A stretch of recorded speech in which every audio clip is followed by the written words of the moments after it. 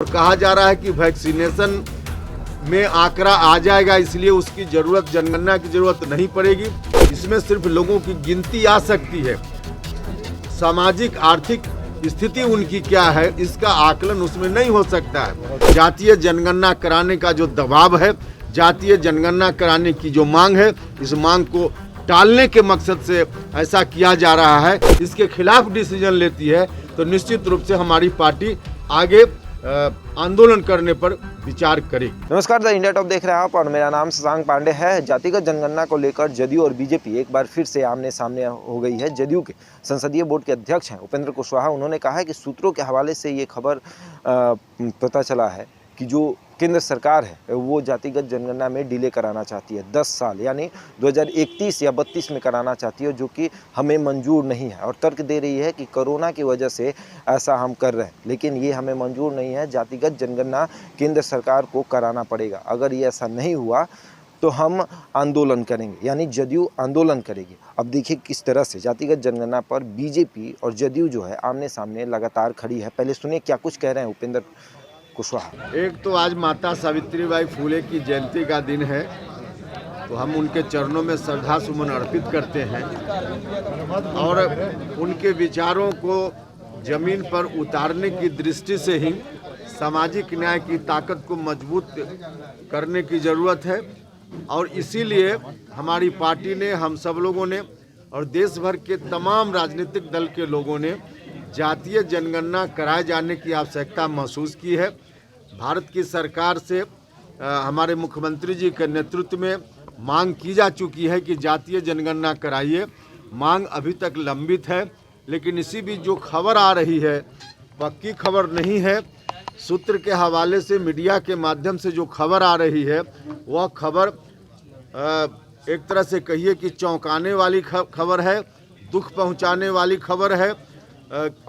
उस खबर में यह बात कही जा रही है कि इस बार जनरल सेंसस को ही टाल दिया जाएगा और अभी नहीं करा के 10 साल के बाद इसको कराया जाएगा।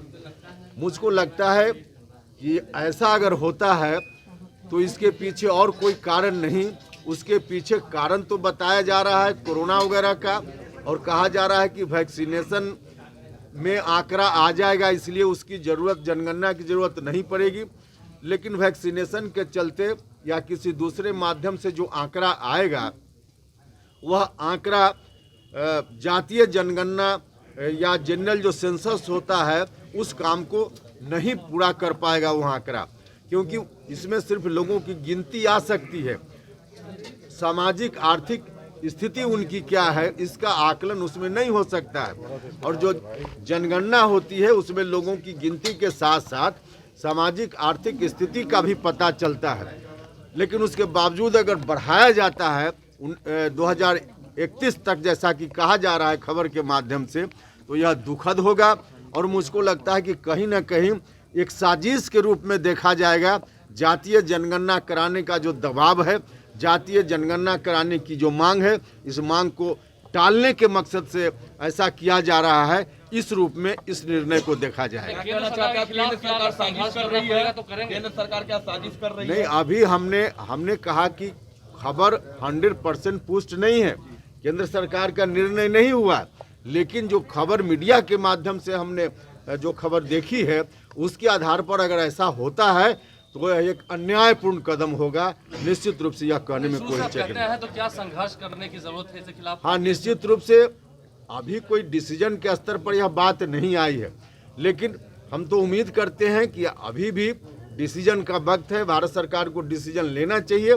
अगर भारत की सरकार अंततः डिसीजन नहीं लेती है, इसके खिलाफ डिसीजन लेती है, तो निश्चित रूप से हमारी पार्टी आगे आंदोलन करने पर विचार करेगी।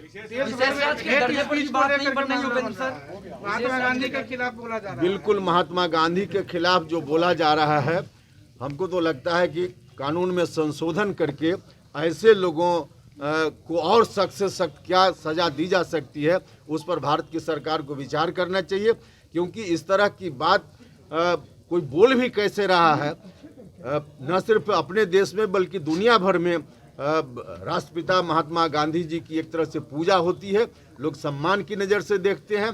कहीं भी अन्याय होता है तो गांधी जी को लोग याद करते हैं, और उसके लिए उनके लिए इस देश में ही कोई व्यक्ति भाषण दे पब्लिकली तो यह बहुत ही गलत है। भारत की सरकार को या संबंधित जो जहां भी इस तरह का स्पीच हुआ है वहां की राज्य की सरकार को अविलंब सख्त से सख्त कदम उठाना चाहिए। तो सुना आपने किस तरह से उपेंद्र कुशवाहा ने कहा कि अगर जदयू जो है लगातार ये कह रही है कि जातिगत जनगणना करा लीजिए, तो बीजेपी को क्या दिक्कत है, बीजेपी को जातिगत जनगणना करा लेनी चाहिए।